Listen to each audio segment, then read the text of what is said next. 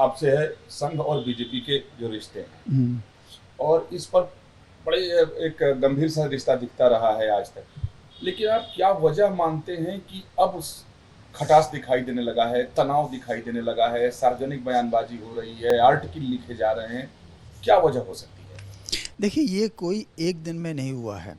बहुत लंबे समय से जब सत्ता में भाजपा रही है, तो कहीं न कहीं संघ और भाजपा में दूरी धीरे-धीरे बढ़ती रही। समन्वय की सबसे बड़ी कमी हुई। पहले हम देखते थे भाजपा और संघ में समन्वय तंत्र काम करता था। वो हमेशा बैठकें होती थीं, आपस में विचारों का आदान-प्रदान होता था, सलाह-मशवरा होता था। लेकिन इस समय पिछले 5 साल में बहुत कमी आई और शायद ही कोई बड़ी बैठक, बड़े स्तर की बैठक संघ और भाजपा के बड़े स्तर पर हुई हो।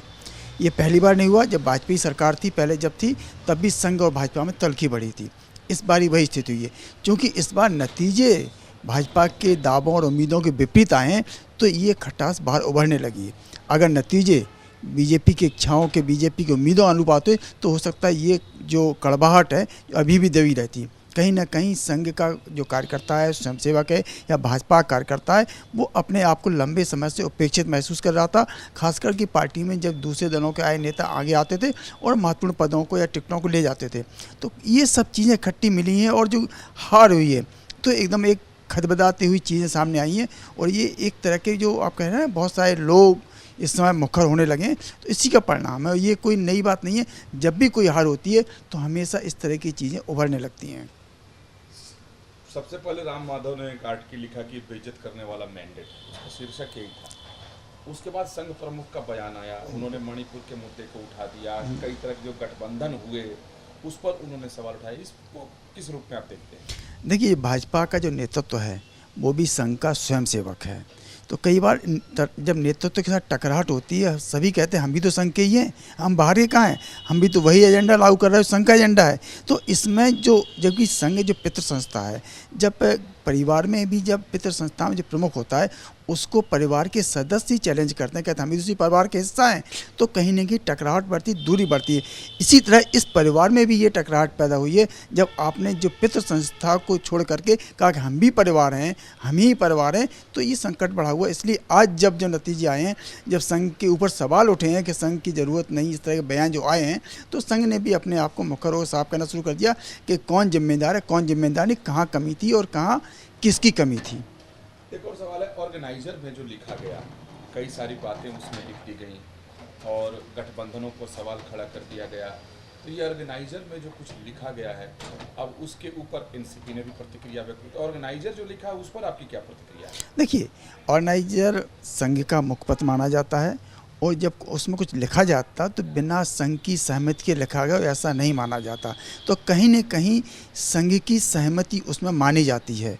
हालांकि वो स्वतंत्र लेख होता है, ऐसा कहा जाता है, लेकिन हाँ, जो लिखने वाले भी संघ के विचारक, प्रचारक या उसके स्वयंसेवक होते हैं, और छापने वाले, प्रकाशन करने वाले वही होते हैं। तो कहीं ना कहीं संघ की अपनी असहमति तो इसमें दर्ज होती ही है। यानी आप ये कह सकते हैं कि अब मुखपत्र के जरिए, आर्टिकल के जरिए, सार्वजनिक बयान के जरिए, यानी हर माध्यम से संघ अपनी असहमति पहली बार जता रहा है इसे? ऐसा नहीं, पहली बार कई बार मुद्दे आए, संघ ने असहमति जताई है, लेकिन चूंकि इस बार बहुत सारी चीज़ स्टेक पर थीं, और चूंकि संघ अपने आप को इसमें साफ करना चाहता है कि हमारी गलती नहीं है, जो कि एक वर्ग में सोशल मीडिया का ज़माना है, जो चीज़ें गई कि संघ ने काम नहीं किया है, संघ कमज़ोर हुआ है, संघ की दूरी बढ़ी, तो संघ ये स्पष्ट कर रहा है कि दूरी बढ़ी तो कहाँ बढ़ी, क्यों बढ़ी, कैसे बढ़ी और जिम्मेदार कौन है। क्योंकि सोशल मीडिया के युग में संघ भी अपने आप को पाक साफ रखना जरूरी है, अन्यथा संघ के ऊपर ही सवाल उठाएंगे, उसके संगठन भी सवाल उठाएंगे। और चूंकि यह संघ का शताब्दी वर्ष है, इसलिए संघ की चिंताएं जायज़ हैं।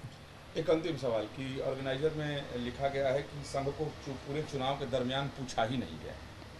तो ये बात कुछ हद तक सही हो सकती है, क्योंकि समन्वय तंत्र की बैठकें नहीं हुई हैं। हालांकि जिला लेवल पर या प्रदेश लेवल पर समन्वय हुआ होगा, लेकिन उस तरह का नहीं हुआ जो पिछले चुनाव में देखा जाता रहा है। ये तो सही बात। इसी वजह से संघ ने अपने आप को स्पष्ट किया है कि अगर हार का कोई कारण है तो उसमें संघ कहीं नहीं है। सर, ये आरएसएस और बीजेपी में बहुत ज़्यादा तल्खी देखने को मिली है, इसकी वजह क्या देखते हैं आप? देखिए, किसी भी चुनाव में अगर किसी पार्टी को और झटका लगता है, तो जो संगठन के सबसे शीर्ष लोग होते हैं, उनको वो फ़र्ज़ अपना समझते हैं कि जहाँ जहाँ आपकी गलती हुई है वो उसको पॉइंट आउट करें। तो मुझे लगता है कि संघ, चूँकि भारतीय जनता पार्टी का एक पैतृक संगठन है, तो पिता की जो भूमिका हो सकती है उस भूमिका में संघ के जो बयान आपको देखने चाहिए।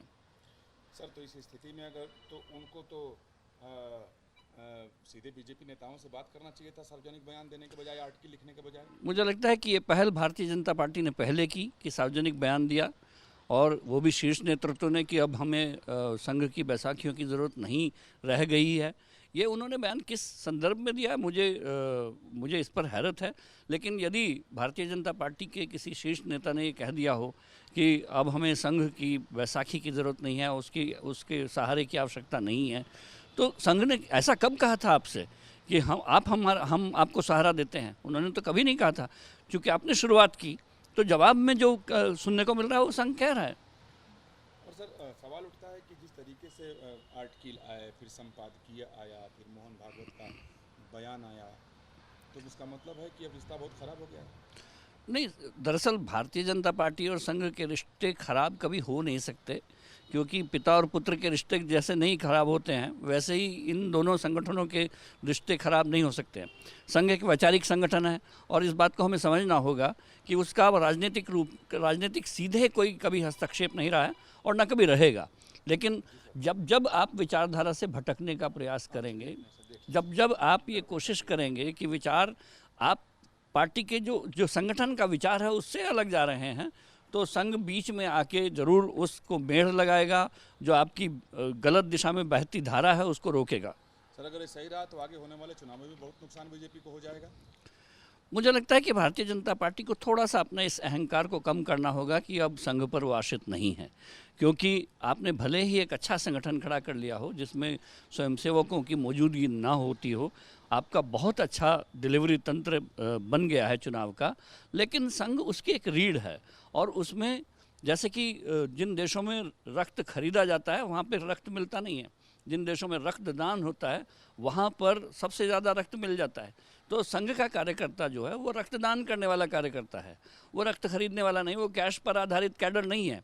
तो भारतीय जनता पार्टी को अगर ये बात समझ में नहीं आ रही है कि कैश आधारित कैडर उतना कारगर नहीं होगा जितना रक्तदान आधारित अपने को गलाने वाले कार्यकर्ता हो सकता है, और भारतीय जनता पार्टी को शायद इस चुनाव से वो सबक मिल गया होगा कि जो खरीदे हुए कार्यकर्ता हैं वो स्वयंसेवक कार्यकर्ता की भूमिका में नहीं आ सकते। आपसे है संघ और बीजेपी के जो रिश्ते हैं, और इस पर बड़े एक गंभीर सा रिश्ता दिखता रहा है आज तक, लेकिन आप क्या वजह मानते हैं कि अब खटास दिखाई देने लगा है, तनाव दिखाई देने लगा है, सार्वजनिक बयानबाजी हो रही है, आर्टिकल लिखे जा रहे हैं, क्या वजह हो सकती है? देखिए, ये कोई एक दिन में नहीं हुआ है। बहुत लंबे समय से जब सत्ता में भाजपा रही है तो कहीं ना कहीं संघ और भाजपा में दूरी धीरे धीरे बढ़ती रही। समन्वय की सबसे बड़ी कमी हुई। पहले हम देखते थे भाजपा और संघ में समन्वय तंत्र काम करता था, वो हमेशा बैठकें होती थी, आपस में विचारों का आदान प्रदान होता था, सलाह मशवरा होता था। लेकिन इस समय पिछले 5 साल में बहुत कमी आई, और शायद ही कोई बड़ी स्तर की बैठक संघ और भाजपा के बड़े स्तर पर हुई हो।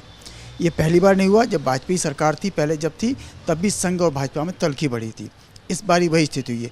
क्योंकि इस बार नतीजे भाजपा के दावों और उम्मीदों के विपरीत आए हैं, तो ये खटास बाहर उभरने लगी है।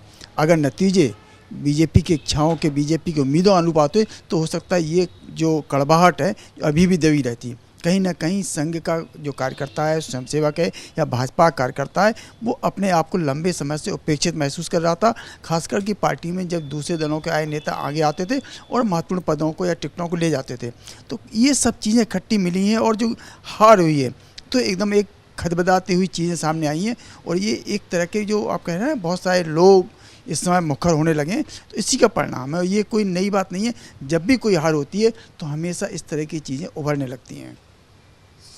सबसे पहले राम माधव ने एक आर्टिकल लिखा कि बेइज्जत करने वाला मैंडेट, उसका शीर्षक यही था। उसके बाद संघ प्रमुख का बयान आया, उन्होंने मणिपुर के मुद्दे को उठा दिया, कई तरह के जो गठबंधन हुए उस पर उन्होंने सवाल उठाए। इसको किस रूप में आप देखते हैं? देखिए, भाजपा का जो नेतृत्व है वो भी संघ का स्वयंसेवक है। तो कई बार जब नेतृत्व के साथ टकराहट होती है, सभी कहते हैं हम भी तो संघ के ही हैं, हम बाहर के कहाँ हैं, हम भी तो वही एजेंडा लागू कर रहे हैं, संघ का एजेंडा है। तो इसमें जो जबकि संघ जो पितृ संस्था है, जब परिवार में भी जब पितृ संस्था में जो प्रमुख होता है उसको परिवार के सदस्य ही चैलेंज करते हैं, कहते हैं हम भी उसी परिवार के हिस्सा हैं, तो कहीं ना कहीं टकराहट बढ़ती, दूरी बढ़ती है। इसी तरह इस परिवार में भी ये टकराहट पैदा हुई है जब आपने जो पितृ संस्था को छोड़ करके कहा कि हम भी परिवार हैं, हम ही परिवार हैं, तो ये संकट बढ़ा हुआ। इसलिए आज जब जो नतीजे आए हैं, जब संघ के ऊपर सवाल उठे हैं कि संघ की ज़रूरत नहीं, इस तरह के बयान जो आए हैं, तो संघ ने भी अपने आप को मुखर होकर साफ करना शुरू कर दिया कि कौन जिम्मेदार है, कौन जिम्मेदार नहीं, कहाँ कमी थी और कहाँ किसकी कमी थी। एक और सवाल है, ऑर्गेनाइजर में जो लिखा गया, कई सारी बातें उसमें लिख दी गई और गठबंधनों पर सवाल खड़ा कर दिया गया। तो ये ऑर्गेनाइजर में जो कुछ लिखा गया है, अब उसके ऊपर एनसीपी ने भी प्रतिक्रिया व्यक्त की। ऑर्गेनाइजर जो लिखा है उस पर आपकी क्या प्रतिक्रिया है? देखिए, ऑर्गेनाइजर संघ का मुखपत्र माना जाता है और जब उसमें कुछ लिखा जाता तो बिना संघ की सहमति के लिखा गया, ऐसा नहीं माना जाता। तो कहीं न कहीं संघ की सहमति उसमें मानी जाती है। हालांकि वो स्वतंत्र लेख होता है ऐसा कहा जाता है, लेकिन हाँ, जो लिखने वाले भी संघ के विचारक, प्रचारक या उसके स्वयंसेवक होते हैं और छापने वाले, प्रकाशन करने वाले वही होते हैं। तो कहीं ना कहीं संघ की अपनी असहमति तो इसमें दर्ज होती ही है। यानी आप ये कह सकते हैं कि अब मुखपत्र के जरिए, आर्टिकल के जरिए, सार्वजनिक बयान के जरिए, यानी हर माध्यम से संघ अपनी असहमति पहली बार जता रहा है। ऐसा नहीं, पहली बार कई बार मुद्दे आए, संघ ने असहमति जताई है, लेकिन चूंकि इस बार बहुत सारी चीज़ स्टेक पर थीं और चूंकि संघ अपने आप को इसमें साफ करना चाहता है कि हमारी गलती नहीं है, जो कि एक वर्ग में सोशल मीडिया का ज़माना है, जो चीज़ें गई कि संघ ने काम नहीं किया है, संघ कमज़ोर हुआ है, संघ की दूरी बढ़ी, तो संघ ये स्पष्ट कर रहा है कि दूरी बढ़ी तो कहाँ बढ़ी, क्यों बढ़ी, कैसे बढ़ी और जिम्मेदार कौन है। क्योंकि सोशल मीडिया के युग में संघ भी अपने आप को पाक साफ करना जरूरी है, अन्यथा संघ के ऊपर ही सवाल उठाएंगे, उसके संगठन भी सवाल उठाएंगे। और चूंकि यह संघ का शताब्दी वर्ष है, इसलिए संघ की चिंताएं जायज़ हैं।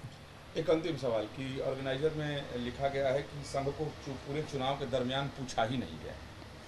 तो ये बात कुछ हद तक सही हो सकती है, क्योंकि समन्वय तंत्र की बैठकें नहीं हुई हैं। हालांकि जिला लेवल पर या प्रदेश लेवल पर समन्वय हुआ होगा, लेकिन उस तरह का नहीं हुआ जो पिछले चुनाव में देखा जाता रहा है। ये तो सही बात। इसी वजह से संघ ने अपने आप को स्पष्ट किया है कि अगर हार का कोई कारण है तो उसमें संघ कहीं नहीं है।